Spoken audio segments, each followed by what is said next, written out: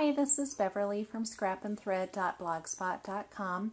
Today I thought I'd give you a little tour of my scrapbook room slash office. This is the family office. I'm very fortunate I get to have a space that has all of my stuff in it and share it with my family, but they don't touch my stuff.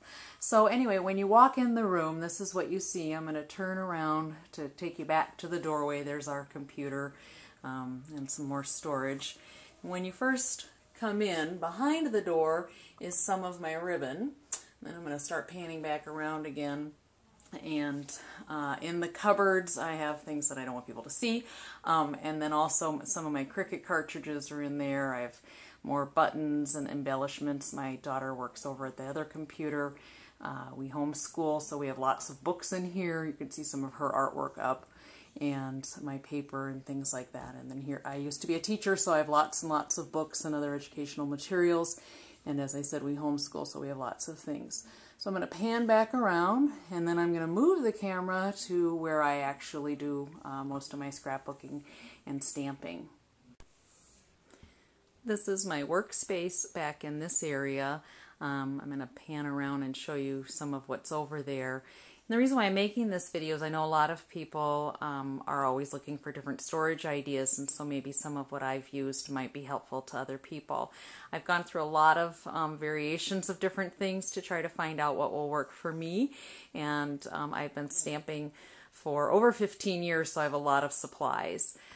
This is my Clip It Up, and I really do like it, and I have it right out in the middle there so I can see it. I'm a very visual person, and if I don't see something, I don't use it. So I need to be able to see.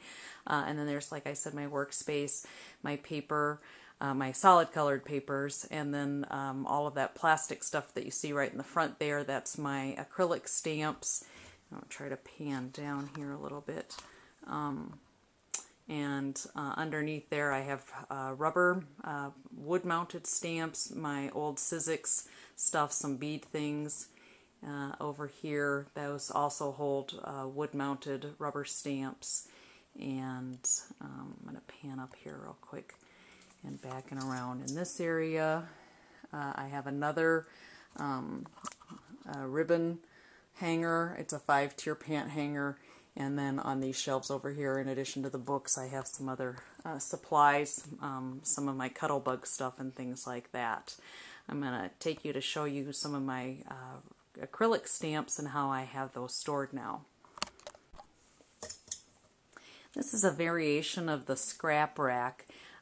Initially, when I had, these are 8.5 by 11, when I had a number of these, I stuck them on the binder rings and put them around a paper towel holder, and that worked really well until I kept getting more and more of these 8.5 by 11 type size stamps from close to my heart.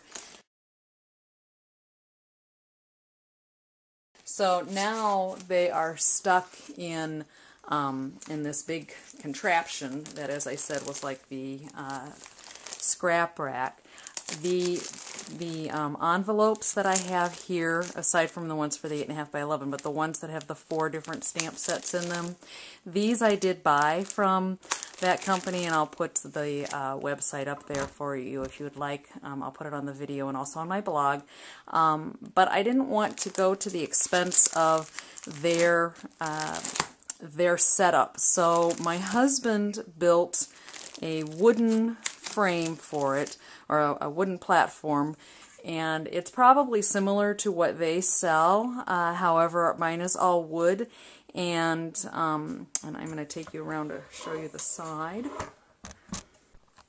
Okay, so this is the side of it. What he did was he took notebooks, just regular 3-ring binder notebooks, and he cut them off and he made the flaps for each end. And then we also took the inside parts of the 3-ring binders and he drilled them through to hold them onto the wooden base. So the wooden base here looks like this. He put in some kind of a bracket thing, and he had painted this kind of an off-white color. It's particle board. He made a base that looks like this, goes all the way across. It's probably about 14 inches long, and it holds, as you can see, quite a bit of stuff. And it works really well for me. On this side, over here, you can see my paper storage, and he had built the two on the end, the two taller ones.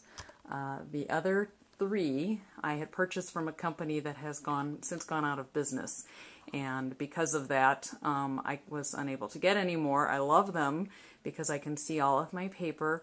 The company that made those, they originally had them so that people can lay them down on top of their desks, but I need my desk space, so I liked having them up against the wall. And then when I found out that they had gone out of business and I needed some more, my husband figured out how to make the slots at the right angle so that they mimicked the other ones. And then these are a little bit taller. He made them for me, so he made them the size that I wanted. And then there's some of my old stamp pads that I don't really use very much, some of my distressed ink stuff, my heat gun, the other areas that I work in, and this is the main area that I work in.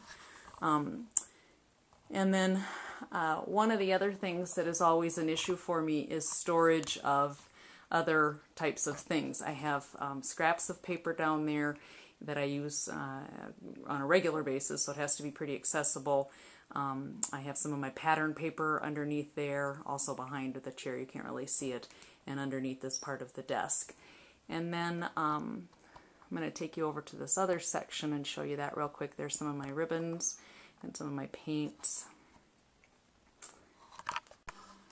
Okay, so this is the back corner, and in this corner, hanging from the wall, there's a magnet container spice rack that I use spice racks a lot for my different kinds of embellishments, but right underneath that is a binder ring that is holding some little plastic baggies that have the distressed pad inks for my Tim Holtz distressed inks. And then down here in this drawer I have lots of little other daubers and sponges, and I label everything, so I am pretty frugal, and so I like to reuse things as much as possible. And so then if I label them, then I can use them over and over again. Those are thrown in a drawer. Those are close to my heart ones. And a consultant had suggested once on one of the websites for the consultants, she took the little cardstock and stapled it onto the little sponges that you cut into 4 pieces, and I thought that was a brilliant idea, so I adopted that. I'm sorry I don't remember what her name is to share that information, but I thought it was a really good tip. And then there's another spice rack that spins around with embellishments, and up here's some more of my ribbons. I'll show you some more of my spice racks. Right there in front of my work area is another little spice rack, and I mainly got that one because I thought it was cute.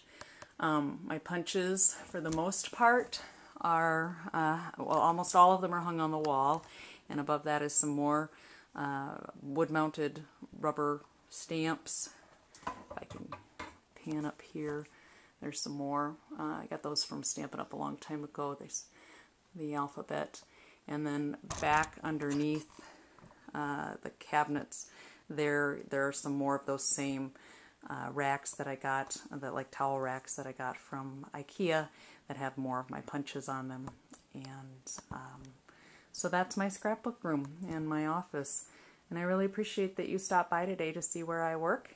And I hope that you can come up with some good ideas for what works for you and enjoy your hobby.